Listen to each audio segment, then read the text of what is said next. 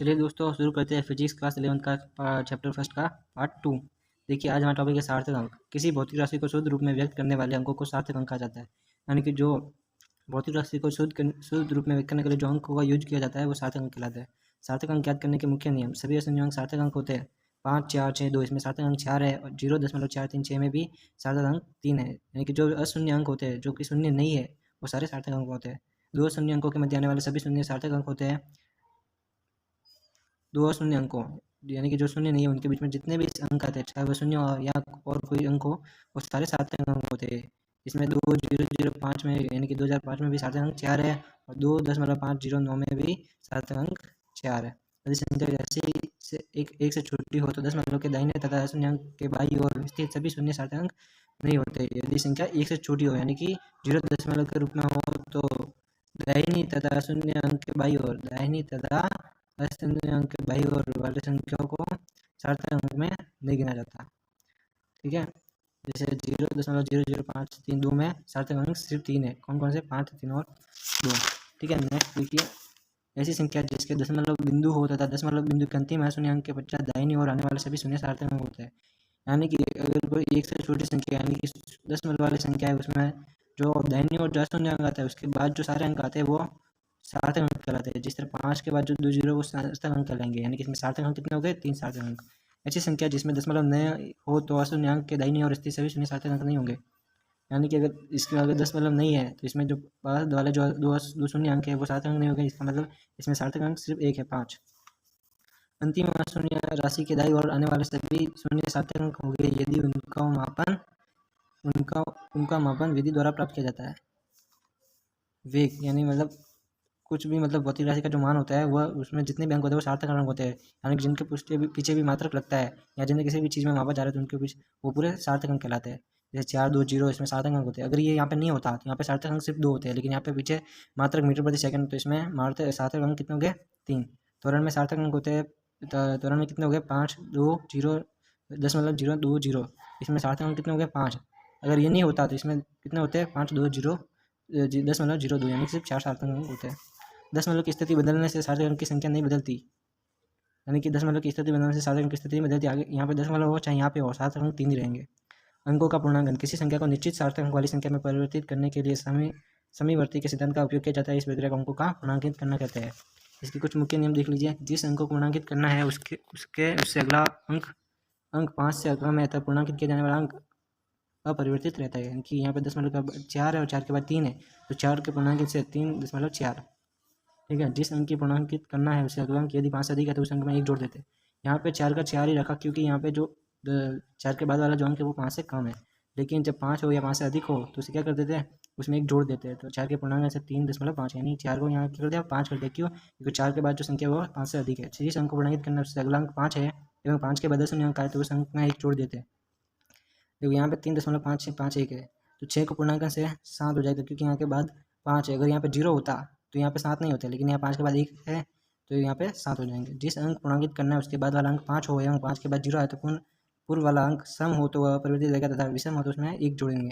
तो 3.4450 4 के पूर्णांकन से 3.44, लेकिन यहाँ पे क्या हो जाता है? 7 का 8 हो जाता है क्योंकि ये विषम संख्या है। इसे सम संख्या बनाने के लिए क्या कर देते हैं? इसमें एक और जोड़ देते हैं क्योंकि यहाँ पे 5 है, लेकिन यहाँ पे सम संख्या और यहाँ पे विषम संख्या इसलिए इसमें एक नहीं जोड़ते हैं और इसमें एक जोड़ देते हैं ताकि ये सम संख्या बन जाए।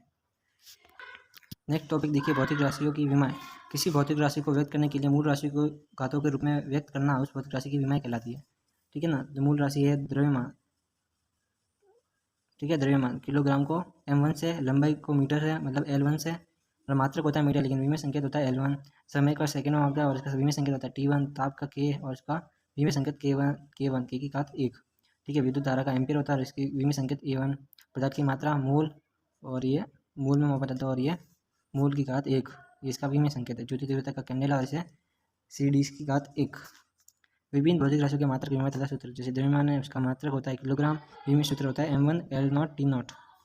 ठीक है, दूरी का देखिए लंबाई हो चाहे चौड़ाई, ऊंचाई, त्रिज्या, परिधि, तरंग दैर्घ्य, लंब, आधार, विकर्ण, दूरी, व्यास, विस्थापन, तिर्यक, ऊंचाई, विस्थापन आदि का मात्रक होता है मीटर और विमा होती है m0 L1 T0। ठीक है, नेक्स्ट देखिए समय, काल, आवर्त काल, दोलन काल, विस्पंदन काल, समांतर, मात्रक होता है सेकेंड, विमा होती है m0 L0 T1।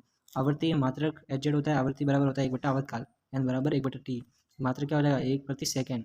ठीक है, तो विमा क्या हो जाएगी m0 L0 t-1। वेग विस्थापन बट्टा समय होता है, तो वेग का जो मात्रक होगा मीटर/सेकेंड। विमा क्या हो जाएगी m0 L1 t-1। चाल का क्या होता है, चाल बराबर होता है दूरी बट्टा समय, तो मीटर/सेकेंड। तो विमा m0 L1 t-1। त्वरण का क्या होता है वेग बट्टा समय। मीटर वेग, पहले वेग क्या होता है मीटर/सेकेंड और बट्टा क्या है समय, तो वापस सेकंड का भाग देंगे, तो क्या हो जाएगा मीटर/सेकेंड स्क्वायर। मीटर/सेकेंड स्क्वायर। ठीक है, अब ऐसे भी लिखते हैं मीटर और सेकेंड की घात माइनस एस की घात -2। ठीक है, विमा क्या हो जाएगी यहाँ पे m0 L1 t-2। बल द्रव्यमान इंटू त्वरण। एफ का मात्रक क्या होता है किलोग्राम, और ये त्वरण का क्या होता है मीटर/सेकेंड स्क्वायर। तो क्या हो जाएगा किलोग्राम मीटर/सेकेंड स्क्वायर। बल कैसे मात्रक न्यूटन, और विमा होती है m1 L1 t-2। ठीक है, ऐसे सारी आपकी विमा है। ठीक है ना, ऐसी सारी विमा एक दूसरे से कनेक्टेड हो और आप इन्हें आराम से निकाल सकते हैं।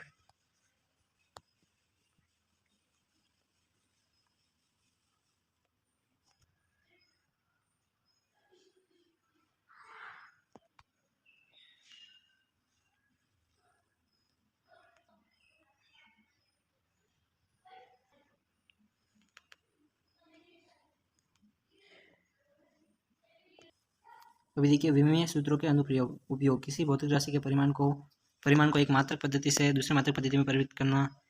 ठीक है ना, ये इसका पहला उपयोग है। यदि किसी भौतिक राशि को थीटा का एक मात्रक पद्धति में परिमाण व मात्रक क्रमशः n1 तथा u1 है, तो भौतिक राशि थीटा बराबर हो जाएगी n1 इंटू u1।